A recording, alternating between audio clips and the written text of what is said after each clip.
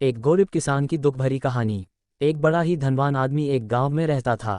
जैसे कि ज्यादातर पैसे वालों को होता है, इस धनवान सेठ को भी अपने पैसों का घमंड था। वह जिस गांव में रहता था वहां पर ज्यादातर लोग किसान थे। इन सभी किसानों के पास जितनी जमीन थी उससे कई गुना ज्यादा जमीन इस सेठ के पास थी। कई गरीब किसान तो इसके लिए इसके खेतों में काम करते थे। इसी गांव में मोहन नाम का एक बड़ा ही मेहनती और सच्चा किसान रहा करता था। मोहन का परिवार थोड़ा बड़ा था। उसके परिवार में उसके बूढ़े माँ बाप, पत्नी और 3 बच्चे थे जो अभी काफी छोटे थे। मोहन के पास ज्यादा जमीन नहीं थी, लेकिन जितनी भी थी उसमें वह बड़ी मेहनत करता और अपने परिवार का पेट पालने लायक अनाज उगा लेता था। बाकी के किसान भी यह देखकर हैरान रह जाते कि कोई कैसे इतनी सी जमीन में इतना ज्यादा फसल उगा सकता है। एक वर्ष उस गांव में काफी ज्यादा बारिश हुई, जिसके चलते कई किसानों की फसलें बर्बाद हो गई, जिनमें से एक मोहन भी था। अब मोहन धर्म संकट में पड़ गया, क्योंकि उसके परिवार में उसके अलावा कोई और कमाने वाला था नहीं और अपने परिवार को भूखा मरते हुए वो देख नहीं सकता था। वह जानता था कि इस गांव में अगर कोई उसकी मदद कर सकता है तो वह वही घमंडी सेठ है, जिसने गांव के कई अन्य गरीब किसानों को या तो कर्जा दिया है या तो अपने यहाँ काम पर रखा हुआ है। हाथ पर हाथ धरे बैठे रहने के बजाय उसने इस सेठ के पास जाने का फैसला किया और एक दिन उनके पास पहुंच गया। सेठ के पास पहुंचकर मोहन बोला, सेठ जी, आपकी बहुत मेहरबानी होगी अगर आप मुझे थोड़ा सा कर्जा दे दे, जिससे मैं अपने खेतों में फिर से कोई फसल उगा सकूं, या फिर आप मुझे अपने यहाँ नौकरी दे दे ताकि मेरे परिवार को 2 वक्त का खाना मिल सके।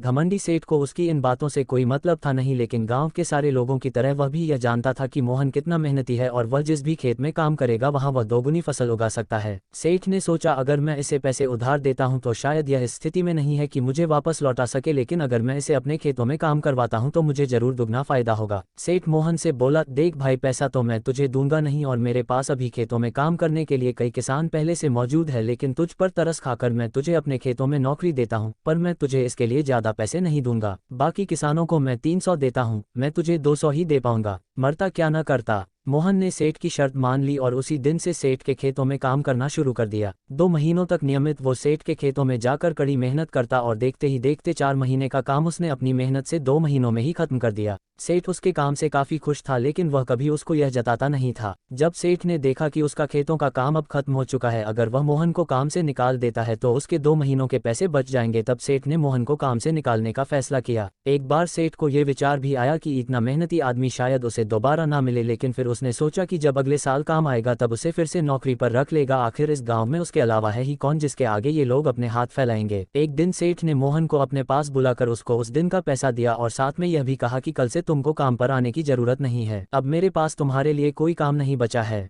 जब मेरे पास काम आएगा तो मैं तुम्हें बुला लूंगा। यह सुनकर मोहन का दिल बैठ गया। पिछले 2 महीनों से कम ही सही उसके बच्चों और परिवार के पेट में अन्न का दाना जा तो रहा था, अब वह क्या करेगा, यही सोचकर उसकी आंखों से आंसू निकल आए।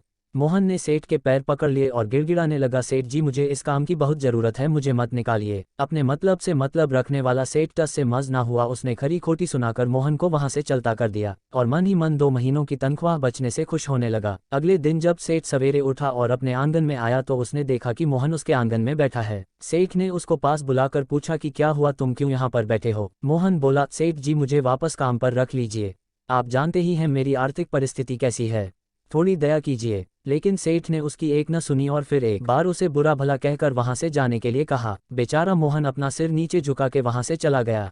अगले दिन फिर यही घटना दोहराई गई। मोहन फिर सेठ के आंगन में बैठा था। सेठ ने फिर उसको वहां से जाने के लिए कहा। यही घटना अगले कई दिनों तक चलती रही।